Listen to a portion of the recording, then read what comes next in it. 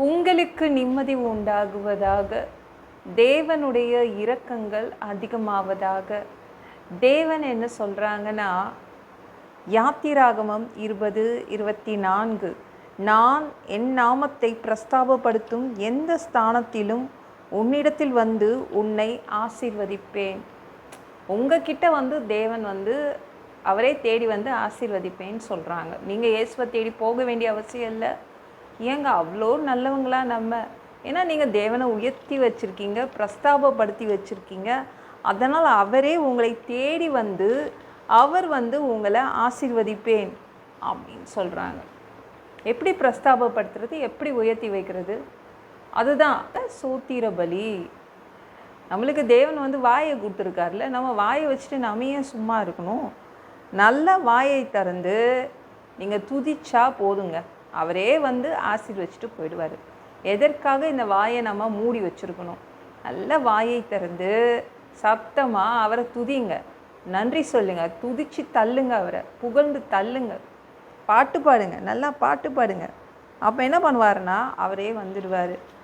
என்னங்க, என் தலைவிதியை யாரும் மாற்ற முடியாதுங்க, என் வாழ்க்கையை யாரும் மாற்ற முடியாதுங்க. துதிச்சு பாருங்களேன், உங்கள் தலைவிதி வந்து துதியால் மாறும். உங்கள் தலைவிதி அவரே வந்து மாற்றி எழுதி வச்சுட்டு போயிடுவாருங்க.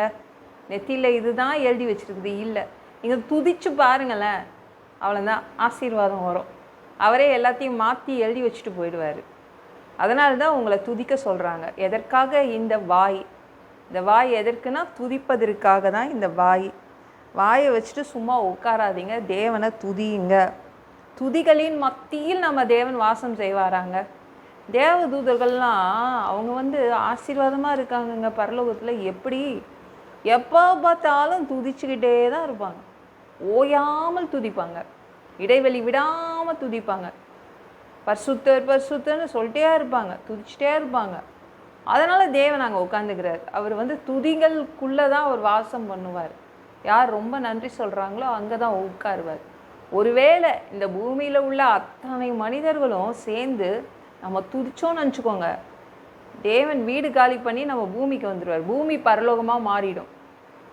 பாருங்களேன், தேவதூதர்கள் அழகாக துதிச்சிடுறாங்க, மனிதர்கள் துதிக்கிறது இல்லை.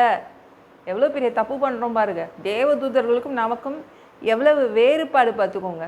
அதனால தான் தேவதூதர்கள் பரலோகத்தில் சூப்பராக இருக்காங்க, நம்ம கஷ்டப்பட்டுட்ருக்கோம். துதிச்சு பாருங்களேன், ஆசீர்வாதம் எல்லாம் நம்ம வீட்டுக்கு வந்துடும். துதிக்கிறதுக்கெலாம் யோசிக்காதீங்க, சரிங்களா? குடும்பமாக சேர்ந்து துதிங்க. தனியாக எந்த இடத்துல நீங்கள் துதிக்கிறீங்களோ அந்த இடத்துக்கு தேவன் வந்து உங்களை ஆசீர்வதிச்சுட்டு போயிடுவேன் அப்படின்றாங்க, சரிங்களா? அந்த துதியை நிறுத்தக்கூடாதுங்க. வாயிலேருந்து வார்த்தையே வரல, அப்படியே துக்கம் தொண்டையே அடைக்குது, இதில் வேற துதிக்கணும்னு சொல்கிறீங்களே, எப்படி துதிக்கிறது? அப்படியே துக்கம் தொண்டையை அடைக்கும் போது என்ன பண்ணுறது? இப்போ த்ரோட் இன்ஃபெக்ஷன்னா, ஒரு தொண்டை வலிக்குதுன்னா ஒரு ஆல்ஸ் போடலாம், விக்ஸ் போடலாம். இப்படி துக்கம் தொண்டையை அடைக்கும் போது என்ன பண்ணுறது? துதிங்க, அதுதான் நல்ல டேப்லெட்டு. உங்கள் துக்கம் அப்படியே தொண்டையை அடைக்கும் போது, வாயிலேருந்து வார்த்தையே வராத போது, கண்ணீர் வரும்போது, துதிக்கும் போது என்ன ஆகும்னா சர்ன்னு இறங்கிடும் துக்கம், சந்தோஷம் வந்துடும், ஆசீர்வாதம் வந்துடும். நீங்கள் அப்போஸ்தலர் 16:25 எடுத்து படித்து பாருங்களேன். பவுலும் சீலாவும் ஜெயிலில் அடிக்கப்பட்டாங்க. சும்மா ஜெயிலில் கொண்டு போடலை, அநேக அடிகள். அந்த அடி வந்து 40 அடி 20 அடிலாம் சொல்லலை, அநேக அடிகள். செம்மையாக அடி வாங்கியிருக்காங்க. வாங்கி கொண்டு போய் அவங்கள ஜெயிலில் போட்டாங்க. அதில் வேற 2 காலை வேற அவங்க வந்து தொழு மரத்தில் மாட்டி வச்சுட்டாங்கங்க. அப்போ எப்படி இருந்திருக்கும்? எவ்வளோ வேதனையில் இருந்திருப்பாங்க. அப்போ தான் அவங்க வாயை திறந்து துதிக்க ஆரம்பித்தாங்க, பாட்டு பாடினாங்க. நடு ராத்திரி அது. அந்த டைமில் வந்து துதிக்கும் போது தேவன் வந்து என்ன பண்ணார்? கதவெல்லாம் திறந்து விட்டார்.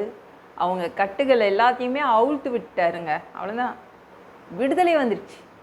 துதிச்சு பாருங்களேன், உங்கள் வாயை வச்சு துதிச்சு பாருங்களேன். மனசில் உள்ள கவலை, கண்ணீர் எல்லாமே சரியாகி விடுதலை வந்துடும். அவங்க ஜெயிலிருந்து தேவனே விடுதலை பண்ணிட்டார். அவ்வளோதான், உங்களுக்கு விடுதலை கிடைக்கும், ஆசீர்வாதம் கிடைக்கும். எப்படிங்க வாயை திறக்கிறதுன்னா, வாயை திறந்து பாருங்களேன், துதிச்சு பாருங்களேன், ஒரே ஒரு பாட்டு பாடி பாருங்களேன். ஆசீர்வாதம் வந்துடும். தேவன் உடனே வந்துடுவார். ஐயோ என் பிள்ளை துதிக்குது, நான் அங்கே போகிறேன், பூமிக்கு வரேன், இவங்க வீட்டுக்கு போகிறேன்னு சொல்லிட்டு வந்துடுவார். உங்கள் வீடே ஒரு மினி பரலோகமாக மாறிடுங்க. நல்லா துதிங்க, சரிங்களா? எந்த இடத்துல அவரை உயர்த்தி வச்சுருக்கீங்களோ, துதிச்சு நன்றி சொல்லி எந்த இடத்துல உயர்த்தி வச்சுருக்கீங்களோ அந்த இடத்துல உங்களுக்கு அதிகமான ஆசீர்வாதம் கிடைக்கும். ஓகேங்களா? இந்த வீடியோ பிடிச்சிருந்துச்சுன்னா மற்றவங்களுக்கும் ஷேர் பண்ண மறக்காதீங்க. கர்த்தர் உங்களை ஆசீர்வதிப்பாராக. ஜெபம் பண்ணலாமா?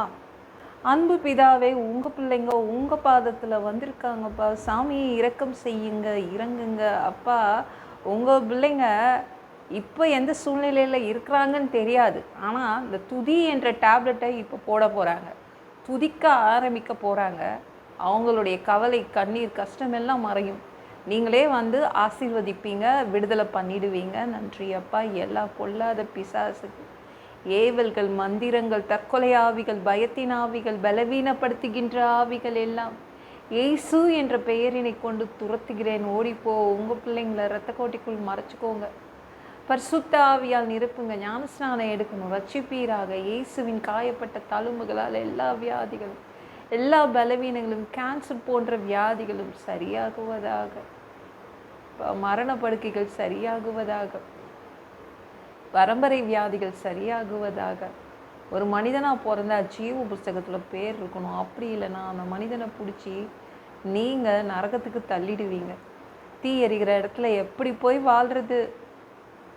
இப்போ பரலோகத்துக்கு வர்றதுக்கு தான் ஆசைப்படுறோம். அடித்து உதச்சி திருத்தி எங்களை பரலோகத்துக்கு அனுப்பிடுங்க. கழுவப்படாத பாவங்கள் எங்ககிட்ட இருந்துச்சுன்னா உங்கள் திரு ரத்தத்தை கொண்டு கழுவி எங்களை பரலோகத்துக்கே அனுப்பிடுங்க. எந்த ஒரு இமை பொழுது நீங்கள் வருவீங்க. நீ இயேசுவை வணங்கி காத்துட்ருக்கோம். பரிசுத்தமாக வாழ்ந்து காத்துட்ருக்கோம். அந்த ஒரு இமை பொழுதில் உங்களுக்கு ஒப்பான உடம்பு எங்களுக்கு கொடுக்கப்படும். அதை பெற்றுக்கொண்டு மதிய வானத்தில் உங்களை சந்திக்க வருவோம். ஒரு மனிதனால் பரிசுத்தமாக வாழ்கிறது கூடாத விஷயம். அதற்கும் உங்கள் உதவி கேட்டு வந்து நிற்கிறோம் அப்பா. 7 வருடம் அந்த கிறிஸ்து ஆட்சியில் விட்டுட்டு போயிடாதீங்க. பிசாசு நடத்தும் ஆட்சியில் விட்டுட்டு போயிடாதீங்க.